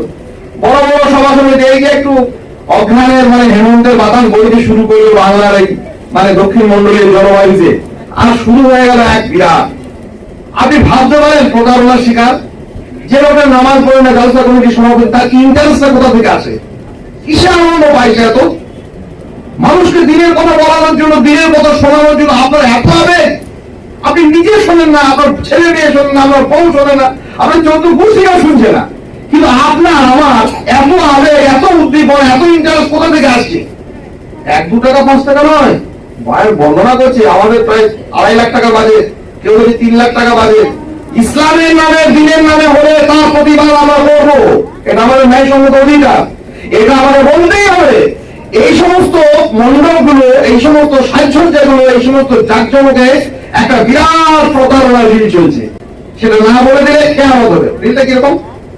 সবাই তো হবে না, সবাই প্রতারণা করে। সেটা প্রতারণার ধর্ম হচ্ছে অমুসলিমদের বিভিন্ন রকমের মণ্ডপ, কোটি কোটি টাকা, 2 কোটি টাকা বাজেট, 3 কোটি টাকা বাজেট যেমন হয়, এরা ঠিক সেই ধারা, এবং সেই ধারাটাকে বজায় রাখতে গিয়ে কি করেছে? চাঁদা তুলেছে, লক্ষ লক্ষ টাকা চাঁদা তুলছে। এর কাছে আমার 6টা গরু লাগবে, কেউ 7টা ছাগল লাগবে, কেউ 40টি তেল লাগবে, দিচ্ছে মানুষ, ঢালা দিচ্ছে, ভালো কাজ, দিনের কাজ। মোটা অঙ্কের একটা বখরা, মোটা অঙ্কের একটা পাওনা 4 জন 5 জন 10 জন শেষকালে ভাগ করে দিয়েছে মোটা অঙ্কে। আমি ভুক্তভোগী। এমনকি গরিবপুর এদিক সেদিকে ডেকে আসো, 2-4টে মাসলাম মৌলবীকে ডেকে নিয়ে আসো, তো 200 টাকা দিয়েছে, 2000 টাকা লিখেছে খাতাতে। আমার নিজের চোখে দেখাই হলো, ওটি বিচার হয়েছে, এই নিয়ে সালিশ হয়েছে। এত বড় একটা সুযোগ, এত বড় একটা মজার জায়গা, আসলে দিন প্রতিষ্ঠার নামে, দিনের কথা মানুষের শোনার নামে মানুষ আসলে নিজে ডুবেছে, অন্যকে ডুবিয়েছে। প্রতারণার একটা বিরাট ধরন, লক্ষ লক্ষ টাকা, সেই সমস্ত টাকা দিয়ে আমি অবাক হয়ে যাবেন। এদের ইতিহাস বললে আরো আশ্চর্য আশ্চর্য ইতিহাস আছে। সারা সোসাইটিতে একটা মসজিদে একজন ইমাম সারা মাস খেটে যাচ্ছে। একজন মসজিদে ইমাম সাহেব স্টেশনে, হুগলির একটা কটাইলাইন স্টেশনে দেখা, তো দেখি পুরোনো করা বদলা নিয়ে, ব্যবহৃত পুরোনো নয়, নতুন নতুন প্লাস্টিকের করা বদলা লোটা নিয়ে দাঁড়িয়ে আছে, অনেকগুলো লোটা। আমি বলছি, ভাই এসব লোটাই ঘুরে গেছে, তুই পাই যাচ্ছে, এই লোটা গোড়াই পাও না। লোটা করে পাওয়া নয় বলে, গতকাল জলসা ছিল, বড় বড় বক্তারা এসেছিলেন, আর এই লোটা এইসব পেছাপ পেছাপ করতো, আর এই পানি টেনে খেতো এদিক সেদিক করে। সেই লোটা করে এখন তো অবৈধ, তো হাতে কাজে লাগবে না, আমার তো মতালি বলে ওরা নিয়ে যাও, যাতে প্লাস্টিকের দরে বিক্রি করে যা পাই। খুব অসহায় লোকটা বলছেন, খুব পরিমাণ একটা ইমাম। আসলে মজার কথা হচ্ছে, ওনাকে যে পরিমাণ মাইনে দেন সারা মাস, একটা মাস পরিশ্রম করার পর 4-5টা জুমার খুতবা দেন, নিয়মিত ছেলেদেরকে মসজিদে মক্তবে পাঠদান করেন, জানাজা পড়ান, বিয়ে পড়ান, আর অন্যান্য কিছু কাজ করেন, মসজিদ ঝাড় দেন, কলতলা পরিষ্কার করেন, বাথরুমে নোংরা করে দিয়ে গেলে সেগুলো সাফ করেন। এত কাজ করার পর ওকে দেয় 8,000 টাকা, 9,000 টাকা, 10,000 টাকা। আর 8 ঘন্টা 1 ঘন্টা বক্তব্য রেখে 20,000 টাকা দিয়ে দিয়েছে। কেন দিয়েছে? এমনি দেয়, মানুষ খেতে যায়নি, মোটা অঙ্কের বকরা আছে। গোটা পশ্চিমবাংলার পরিচালকে নতুন কথা শুনিয়ে গেলাম। এই সমস্ত চিটাররা এত টাকা উপার্জন করে, ওদের কাছে মানে উনি যদি মানে একদম জিদ্দি দেয়, আর আমি এসে যদি বলে যে এটা হারাম, ওসব কথা শুনবে না। এসব ছাড়বে কি করে? মারাত্মক হয়েছে।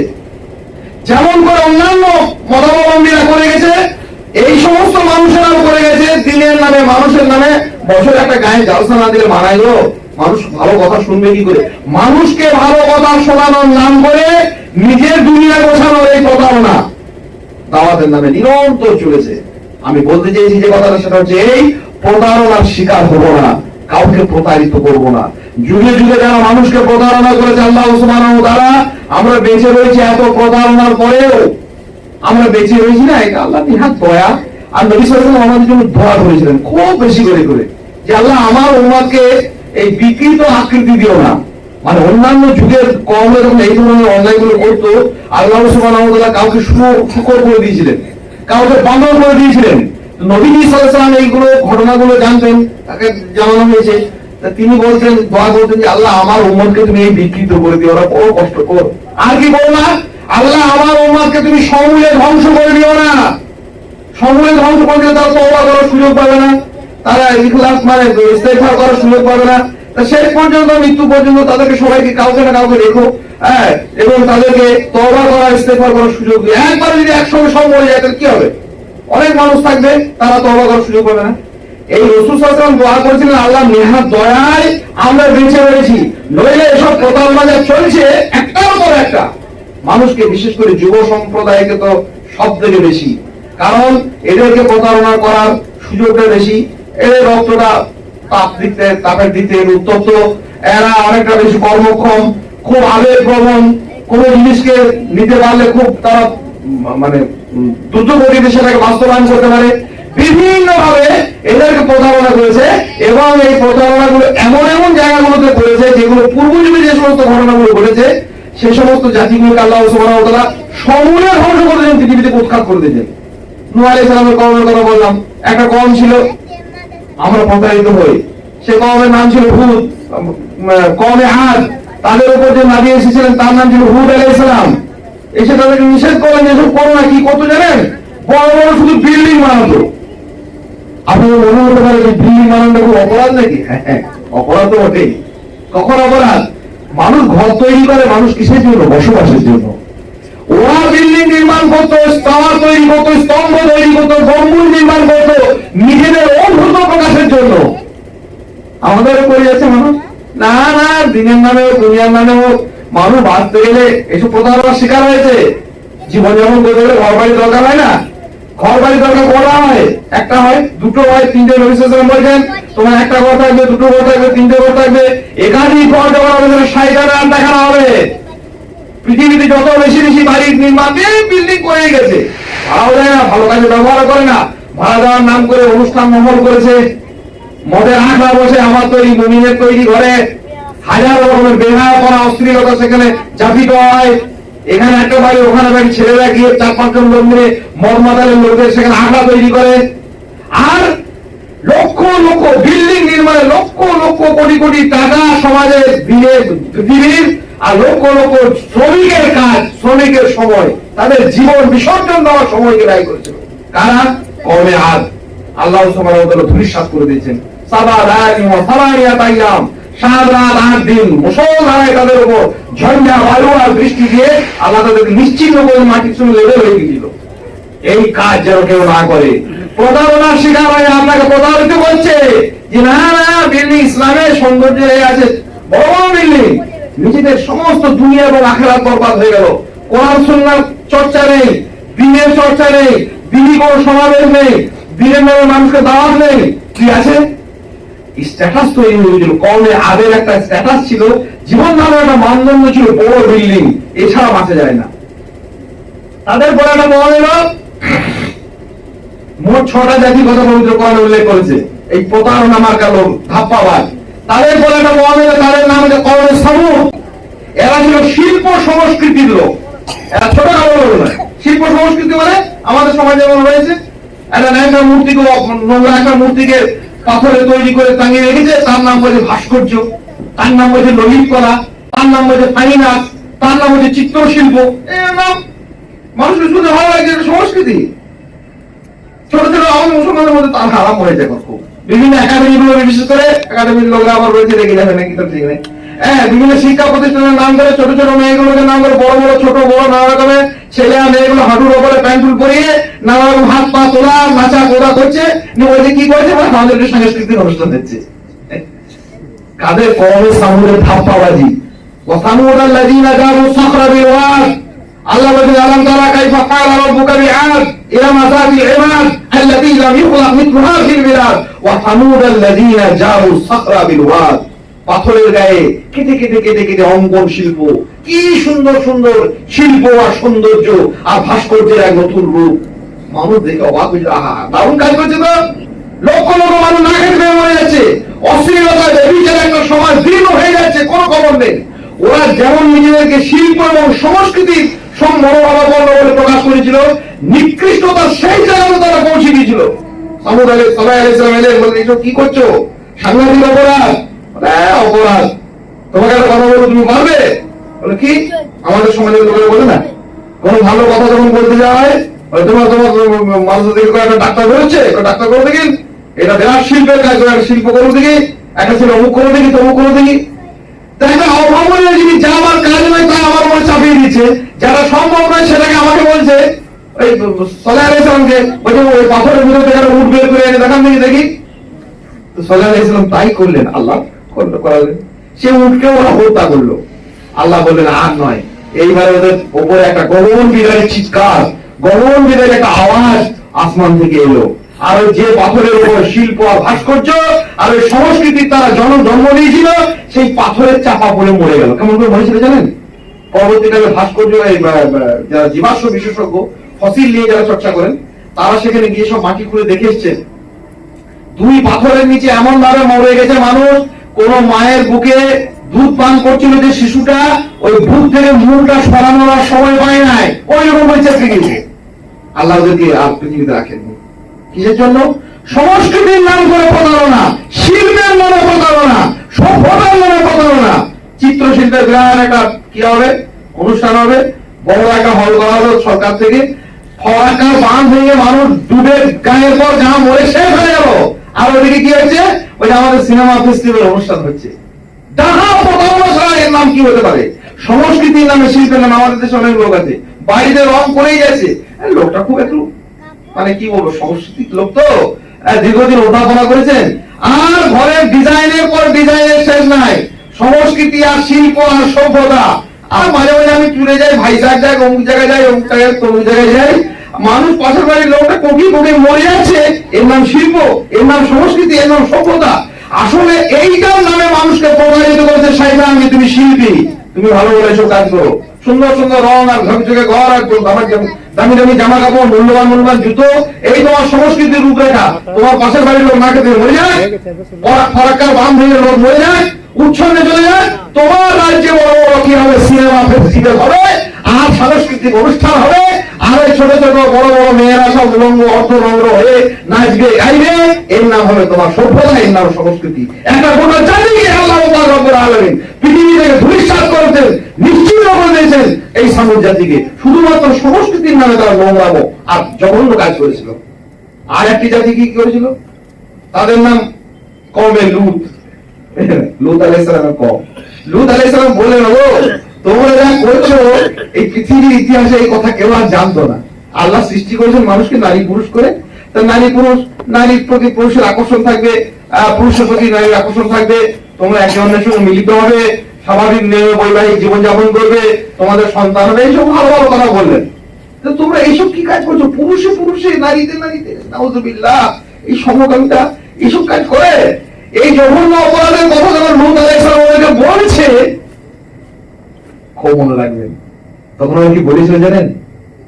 এই কথা আমরাও বলছি, শয়তানের পাল্লায় পড়ে আমরা কিনা বলতে বাকি রাখলাম। লূতের কওমের জবাবে কি বলেছিল জানেন? ফাখরিজুহুম মিন কারিয়াতিকুম, বের করো গাঁ থেকে, বের করো তাদেরকে। লূত আলাইহিস সালাম ওদের সঙ্গে যাচ্ছিলেন, লূত আলাইহিস সালামের সঙ্গে যারা ছিলেন, বলে এদেরকে বের করে দাও। ইন্নাহু মুনাসুন ইয়াতাতাহারুন, এরা তো দেখছি খুব পবিত্র লোক দেখছে। এবারে কে বলেছিল? যারা সমকামিতার মতো জঘন্য অপরাধ পৃথিবীতে নিয়ে এসেছিল, সূচনা করেছিল, এই নোংরা কাজ, অশ্লীলতার কাজ যারা করতো, দুর্গন্ধে যাদের জীবন পরিপূর্ণ, তারা নবী লূত আলাইহিস সালামকে বলছে যে তুমি তো দেখি খুব পবিত্র। বলে আমাদের সমাজে বলে না, কোন বাড়ির মেয়েরা যদি খুব বেশি পর্দাসীন হন, কোন বাড়ির লোকেরা যদি সব ছোটদের আমার বিরুদ্ধে বলে, ছোটদের সব দাঁড়িয়ে রাখে, নামাজ পড়ে, রোজা রাখে, হজ করে, যাকাতে, পরেশগারিতে ইখতিয়ার করে, পাশের বাড়ির লোকেরা বলে না বড় পবিত্র হয়ে গেছে গো, তোমাদের বাড়িতে খুব পর্দা আছে গো, তোমরা খুব ভারী পবিত্র লোক, তোমরা খুব ধান্দার লোক করো, তোমরা বড় একদম বুজুর্গ মানুষ। বলে না, বলে না? নিরন্তর এই কথা পৃথিবীর ইতিহাসে সর্বপ্রথম বলেছিল কওমে লূত। এদের রক্তে কি ওই রক্ত ঢুকে আছে নাকি কে জানে? মানুষ ভালো কাজ করছে উৎসাহ দেওয়া বাদ দিয়ে, মানুষ পরেশগারিতা অবলম্বন করছে উৎসাহ দেওয়া বাদ দিয়ে, মানুষ দান সাধ্য করছে তাদের উৎসাহ দেওয়া বাদ দিয়ে, কোন একটা মানুষ সলাত আদায় করছে না, তাকে মসজিদে নিয়ে আসছে, তাকে আকীদা শেখানো হয়েছে, তাওহীদ শেখানো হচ্ছে, সে নতুন করে তাওহীদ শিখছে, গাঁটের উপর প্যান্ট পরছেন, সুন্দর মুখে দাঁড়িয়ে রাখছেন, পরেশগারিতে ইখতিয়ার করছেন, কোরআন হাদিস পড়ছেন, সকাল সন্ধ্যায় নিয়মিত দাস গ্রহণ করছেন, বিভিন্ন ভাবে মানুষের কাছে যাচ্ছেন, সংগঠন করছেন, মানুষকে জবাবদিহিত করছেন, তা তুমি বড় পরেশগার হয়ে গেছো। এই কথাটা ভালো করে মনে রাখবেন। এই যে মানুষকে তাচ্ছিল্য করে কথা, এই কথা পৃথিবীর ইতিহাসে সর্বপ্রথম বলেছিল লূতের কওমরা। এদেরও রক্তে মনে হয় কোনো না কোনো ভাবে ওই কওমের রক্ত ঢুকে গেছে নাকি কে জানে। ভালো কাজ দেখলে, মহৎ কাজ দেখলে, ভালো কথা শুনলে এরা বলে তুমি বড় পবিত্র। আল্লাহ বলেন এইসব কথা সহ্য করা যাবে না। আল্লাহ দেখলেন যে এইসব কথা সহ্য করা যাবে না, এদেরকে শেষ করতে হবে। শেষ করার জন্য নতুন পদ্ধতি, গোটা জমিন একদম মাটি সহ ফেরেশতাদেরকে বলেন তুলে নিয়ে এসো, তুলে নিয়ে এসে উপরে নিয়ে গিয়ে একদম উল্টে দেওয়া হলো। উল্টে দিয়েও আল্লাহ স্থির হননি, তারপরেও বললেন যে এদের উপর ধারাবাহিক মানে বৃষ্টি হোক, লবণাক্ত বৃষ্টি, পাথর বৃষ্টি, অ্যাসিড বৃষ্টিও হয়েছিল সে সময়। তার কারণ এখন প্রমাণ হচ্ছে ডেড সি, মৃত সাগর নামে, সেটা আজও পৃথিবীতে যার জন্য হয়ে আছে। আল্লাহ পাক রব্বুল আলামিন শেষ করেছিলেন এই প্রতারণা ইতিহাস, সুদীর্ঘকালের ইতিহাস। আর প্রতারণাকে বলেছিল, মারাত্মক প্রতারণা করেছিল সোহাইব আলাইহিস সালামের কওম, ওদেরকে বলা হচ্ছে আসহাবে মাদিয়ান। সোহাইব আলাইহিস সালাম বললেন ওদেরকে যে তোমাদেরকে আল্লাহ এত নিয়ামত দিয়েছে, এত খাবার দিয়েছে, এত সব সচ্ছলতা দিয়েছে, রুজি রোজগার করে খাও। অর্থনৈতিক প্রতারণা, মানুষকে দেখানো হচ্ছে এই কাজ করো তাহলে তোমার লাভ হবে, সুদ খেলে অর্থ বাড়বে, এইরকম একটা পলিসি তৈরি করলে 5 মাসে, 6 মাসে, 7 মাসে, 8 মাসে দেখবে তোমার এতগুলো টাকা হয়ে যাবে। আর এইরকম একটা নানা রকম ইনস্টলমেন্টে যদি জিনিসটা নাও, সামান্য সামান্য করে সুদ নেবো, দামি একটা জিনিস কিনতে পারবে, আর কিছুদিন পরে টাকাটা তোমার শোধ হয়ে যাবে। 6 মাসের পরে গাড়িটা তোমার, 3 মাসের পরে মোবাইলটা তোমার, আর সামান্য সামান্য করে কিছু টাকা দেবেন, আমরা সংসারে কত উন্নতি হবে। এই ডাহা প্রতারণার শিকার বর্তমান বিশ্ব। সোহাইব আলাইহিস সালামের কওমদের এই কাজ ছিল, মানুষকে কম দিত ওজনে, ফাঁকি দিত মাপে, আজও গোটা পৃথিবীর পুঁজিবাদীদের একটা বড় লক্ষ্য নিজেদের পুঁজির বৃদ্ধি করা। তো মানুষকে তো এমনি চুরি করলে তো মানে মানুষ মেনে নেবে না, কেড়ে নিলে তো ওটা ছিনতাই করছে।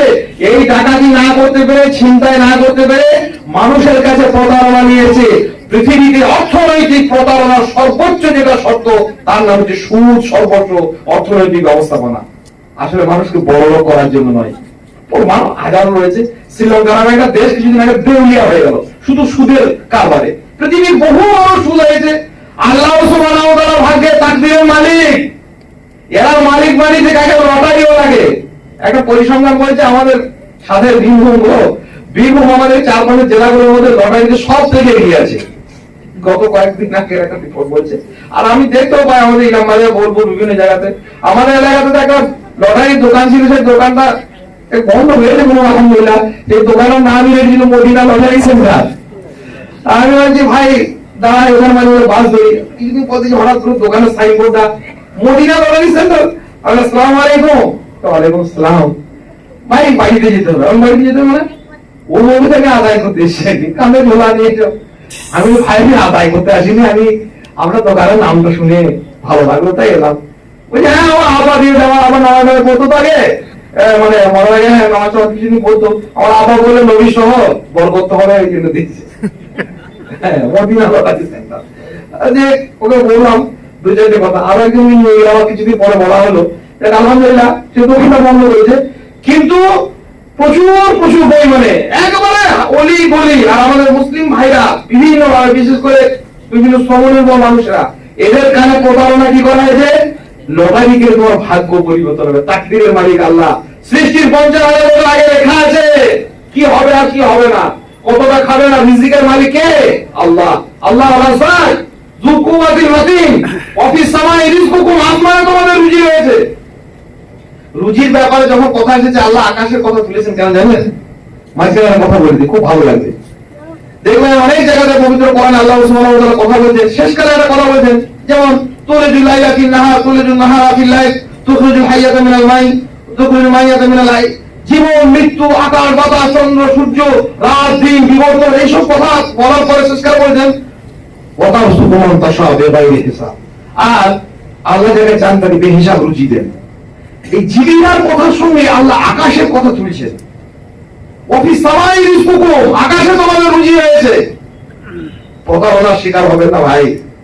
এই কথা বলার অর্থ হচ্ছে এই যে আকাশের উপরে, নবমণ্ডলের উপরে আমাদের যেমন কোন নিয়ন্ত্রণ নেই।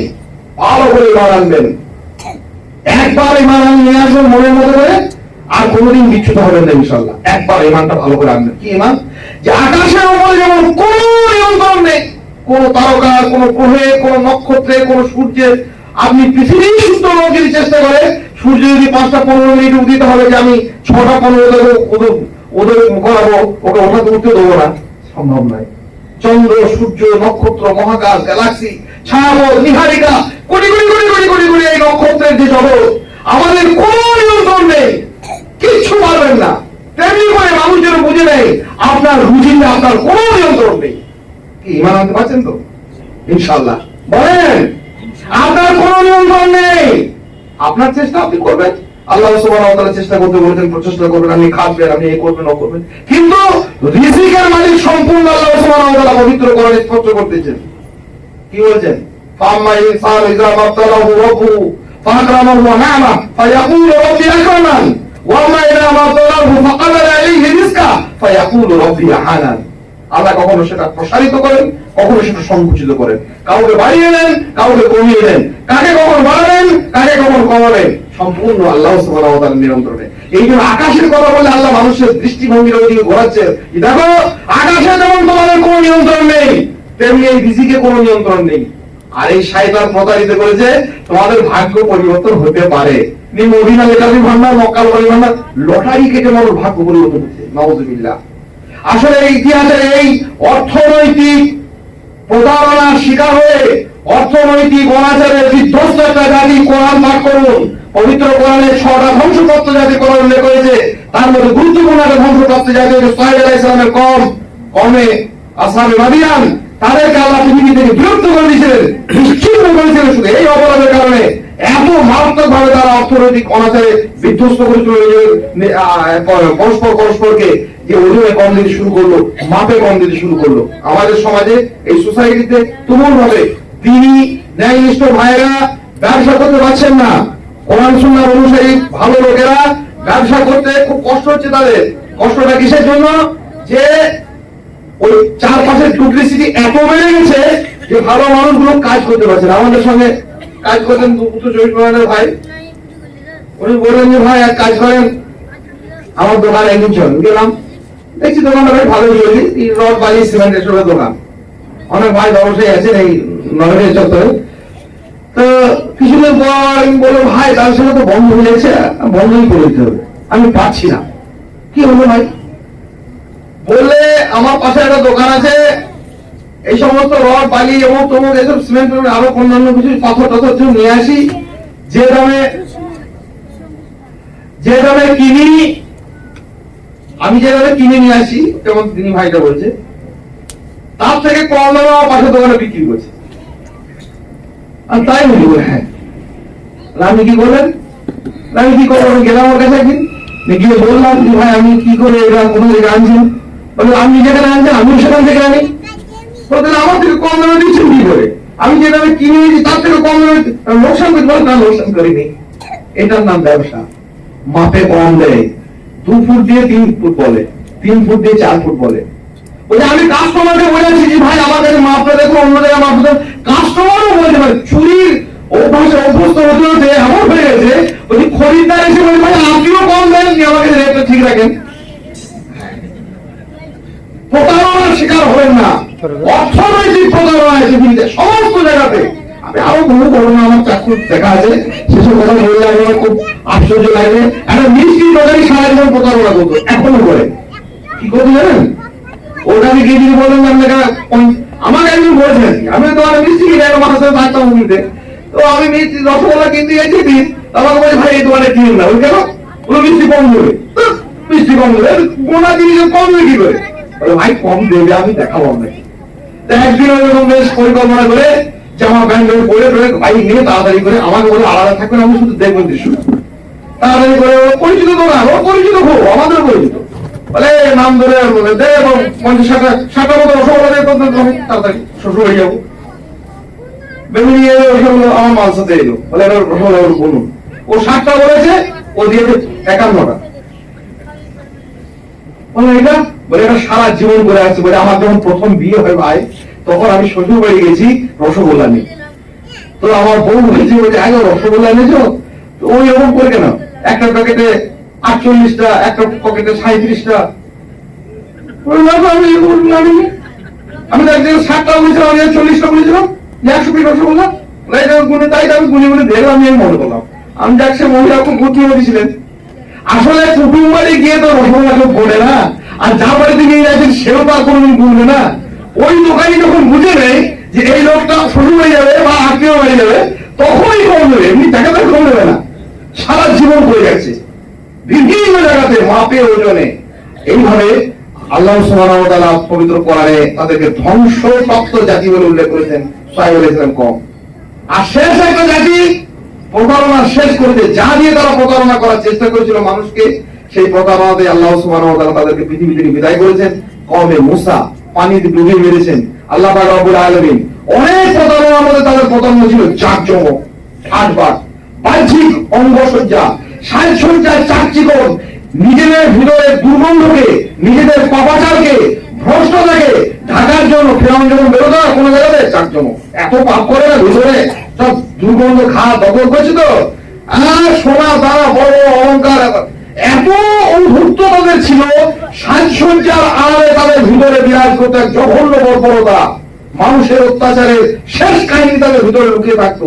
কিন্তু ওই অঙ্গসজ্জা, নানা রকমের জাঁকজমক পোশাক, এত পোশাক এবং ঘর বাড়িতে তারা মগ্ন ছিল, মরার পরেও তারা বিশ্বাস করতে চাইছিল যে আমরা মরে গেছি। সেই জন্য কোটি কোটি কোটি কোটি শ্রমিক মানুষকে নিয়ে কোটি কোটি কোটি কোটি অর্থ ব্যয় করে বড় বড় পিরামিড তৈরি করেছিল, আমরা মরতে চাই না, আমরা মরার পরেও আমরা বেঁচে থাকবো। দামি দামি সোনার, রূপোর, হিরে অলঙ্কার পরিয়ে তাদেরকে শুয়ে রেখে দেওয়া হতো মমি বলে। পৃথিবী থেকে আল্লাহ বিরুদ্ধ করেছেন জাতিকে। আর এই গুণগুলো, এই মহান দোষগুলো আমাদের মধ্যে তুমুল ভাবে বিদ্যমান। প্রতারণাতে আমরাও আজকে মেতে উঠেছি হাজারো রকমের দুর্গন্ধের ভিতরে। আর ওপরের পোশাক দেখলে যেমন সঙ্গে পোশাক যদি কোনো রকম কারো একটু কম দামি হয়, লোকটা বেকার। মাটির বাড়ি যদি হয় সেখানে দিয়ে দেবে না, সেখানে ফালতু লোক কিচ্ছু করতে পারবে রে। এই এই ছিল ফেরাউনি চিন্তা ভাবনা। আর ইমানি চিন্তা ভাবনা হচ্ছে মানুষের ভিতরটা, মানুষের কাজ, মানুষের ইখলাস, মানুষের তাকওয়া, মানুষের নিয়ম, মানুষের পরেশকারিতা, এইগুলি আল্লাহ তাআলা রাব্বুল আলামিন একে ভালো মানুষের গুণাবলী হিসেবে বর্ণনা করছেন যে ইন্না আকরামাকুম ইনদাল্লাহি আতকাকুম। আল্লাহর কাছে সর্বোচ্চ মানুষ সেই যে আল্লাহকে বেশি ভয় করে, যে তাহাজ্জুদ পড়েন, আল্লাহকে ভয় করেন, প্রতিবেশী দেখভাল করেন, মানুষের বোঝা বহন করেন, মানুষের বিপদে ঝাঁপিয়ে পড়েন, মানুষকে কোরআন শোনার কথা শোনান। এইটা হচ্ছে ভালো মানুষের রূপ। আর ফেরাউনের ভালোবাসা হচ্ছে ভালো মানুষ হচ্ছে দামি দামি পোশাক পরেন, জুতোটা ঝকঝক চকচক করে, বড় প্রসাদ আছে, অট্টালিকা আছে, বড় মাপের এত বড় অ্যামাউন্ট পাওয়া চাকরি করেন। এইগুলো হচ্ছে ফেরাউনি চিন্তা ভাবনা। আল্লাহ পাক রব্বুল আলামিন তাদের পরিষ্কার করেছেন প্রতারণার দ্বারা কারো দ্বারা প্রতারিত হব না। এবং বিশেষ করে যুব সমাজ, আজকের সমাজে দ্বীনের নামে, ইসলাম নামে, কোরআন সুন্নাহর নামে যে সমস্ত নানান প্রতারক বাহিনী ঘুরছে সমাজ জুড়ে, আপনি বলুন আমি মুহাম্মদ রাসূলুল্লাহ সাল্লাল্লাহু আলাইহি ওয়াসাল্লামের, আপনি বলুন আমি মুহাম্মদ রাসূলুল্লাহ সাল্লাল্লাহু আলাইহি ওয়াসাল্লামের ইত্তেবা করি। আর পৃথিবীতে যারা কোরআন সুন্নাহ বাদ দিয়ে, কেউ যুক্তি দিয়ে, কেউ অমুক দিয়ে, কেউ তমুক দিয়ে, কেউ রাষ্ট্র গঠনের স্বপ্ন দেখিয়ে, কেউ অস্ত্র নিয়ে, মাদক করা নিয়ে হাজার রকমের ভালো মানুষের নামে দ্বীনের নামে প্রতারিত করেছেন, তাদের কাছেও আমরা শুভবুদ্ধি সম্পন্ন মানুষ হিসেবে, কোরআন সুন্নাহর অনুসারী হিসেবে যাই এবং নিজে প্রতারিত না হই, অন্যকে প্রতারিত না করি। সর্বোপরি আমরা যেন মনে রাখি আল্লাহ পাক রব্বুল আলামিন আমাদেরকে যে জান্নাতের থেকে আমাদেরকে একদিন পাঠিয়েছেন, সেই জান্নাতে যাওয়া তুমুল বাসনা, তুমুল ধারণা, তুমুল আকাঙ্ক্ষা নিয়ে আমরা পৃথিবীতে বেঁচে আছি। জান্নাত আমাদেরকে যেতে হবে। আর জান্নাত থেকে বেরিয়ে আসার বড় কারণ ছিল আমাদের বাপ আদম আলাইহিস সালামের প্রতারণার শিকার হওয়া। আমরা কোরআন সুন্নাহ পড়বো, আলেম ওলামাদের সঙ্গে সংলগ্ন হয়ে থাকবো, ইলমের সঙ্গে সংলগ্ন হয়ে থাকবো। ইলম ছাড়া প্রতারণার সবচেয়ে বড় যেটা মারাত্মক মানে সাপোর্ট বিষয়, সেটা হচ্ছে ইলম না থাকা। একজন অজ্ঞ মানুষকে খুব সহজে প্রতারিত করা যায়, এটা আমরা তো জানি, শয়তান খুব ভালো করে জানে। সেই জন্য আপনাকে কোরআন পড়তে দেবে না, সব পড়তে দেবে, সুন্নাহ মানতে দেবে না, হাদিস পড়তে দেবে না। কোরআন সুন্নাহ পড়তে গেলেই শয়তান বাধা দেবে। এইজন্য কোরআন ইদা কারাতা কোরআন ফাস্তাইদ বিল্লাহি মিনাশ শাইতানির রাজিম, আল্লাহ বলেন যখনই কোরআন পড়বে শয়তানের কাছ থেকে পালা যাও। মানে কোরআনের বিরোধিতা করা, ইলমের বিরোধিতা করা শয়তানের সবচেয়ে বড় কাজ। কারণ শয়তান জানে কোরআন সুন্নাহ থেকে সরাতে পারলেই আমার সমস্ত প্রতারণা বজায় থাকবে, বহাল চলবে, আমি এখানে জারি করতে পারবো। আল্লাহ কিন্তু দোয়া করি সেই কোরআন সুন্নাহ শেখানোর জন্য, পড়ানোর জন্য আমাদের ভাইরা একাডেমি তৈরি করেছেন, আলহামদুলিল্লাহ। আল্লাহকে সর্বাংশে কবুল করুন, আল্লাহুম্মা আমিন। অর্থ দিয়ে, পয়সা দিয়ে, সময় দিয়ে, সত্য দিনী প্রতিষ্ঠান যেগুলো সমাজে রয়েছে সেগুলোকে আমরা সহযোগিতা করি। আমাদের নিজেদের সন্তানকে কোরআন সুন্নাহ শেখাই, আমরা পড়ি, আমরা পড়াই, যাতে করে উদ্দেশ্য হচ্ছে একটাই, কারোর দ্বারা আমরা প্রতারিত না হই। আমাদের সেই পাত্রের পূর্ণভূমি, আমাদের বাপ আদম আলাইহিস সালাম যেখানে ছিলেন, মানুষকে আল্লাহ সুবহানাহু ওয়া তাআলা কিছুদিনের জন্য পাঠিয়েছেন, আবার সেখানে ফিরে যাওয়ার পথ ঠিক করে দিয়ে সেই পথে কারোর দ্বারা প্রতারিত না হয়ে জান্নাতের পথে আবার যেন যেতে পারি। আল্লাহ পাক রব্বুল আলামিন আমাদের সেই তৌফিক দিন, আল্লাহুম্মা আমিন।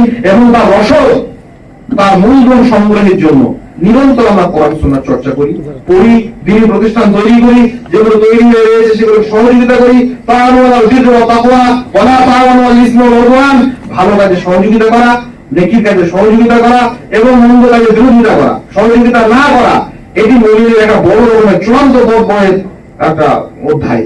আর এটা না করলে ওয়াত্তাকুল্লাহ, আল্লাহ বলেন আল্লাহকে ভয় করো, ইন্নাল্লাহা শাদীদুল ইকাব, আল্লাহ কঠোর কঠিন শাস্তিদাতা। আমরা যদি এই সমস্ত কাজগুলোকে সহযোগিতা করি, যে সমস্ত আলেম ওলামা রয়েছেন, দ্বীন কাজে ব্যস্ত রয়েছেন, তাদের সঙ্গ, তাদের সাহচর্য আমাদেরকে সমস্ত প্রতারণা থেকে যেন মুক্ত রাখে। আল্লাহ পাক রব্বুল আলামিন আমাদের সহায় হন, আল্লাহ সুবহানাহু ওয়া তাআলা আমাদের উপর রহম করুন। আল্লাহ পাক রব্বুল আলামিন যেমন করে আমাদের বাবা একদিন জান্নাত থেকে এসেছিলেন, তেমনি করে আমরা সকলে সেই বাপের যোগ্য সন্তান হিসেবে নবী রাসূলের ইত্তেবা এবং হিদায়াতের মাধ্যমে, কোরআন এবং সুন্নাহর মাধ্যমে শয়তানের প্রতারণায় অস্ত্রসহায় যেন প্রতারিত না হয়ে আমাদেরকে আবার সেই নিজেদের ভূমিতে, পূর্বের সেই স্বভূমিতে জান্নাতে ফিরে যাওয়ার তৌফিক দিন। আল্লাহ পাক রব্বুল আলামিন সেই হিসেবে আমাদের সকলকে কবুল করুন, আল্লাহুম্মা আমিন। রব্বানা আতিনা ফিদ দুনিয়া হাসানাহ ওয়া ফিল আখিরাতি হাসানাহ ওয়া কিনা আযাবান নার।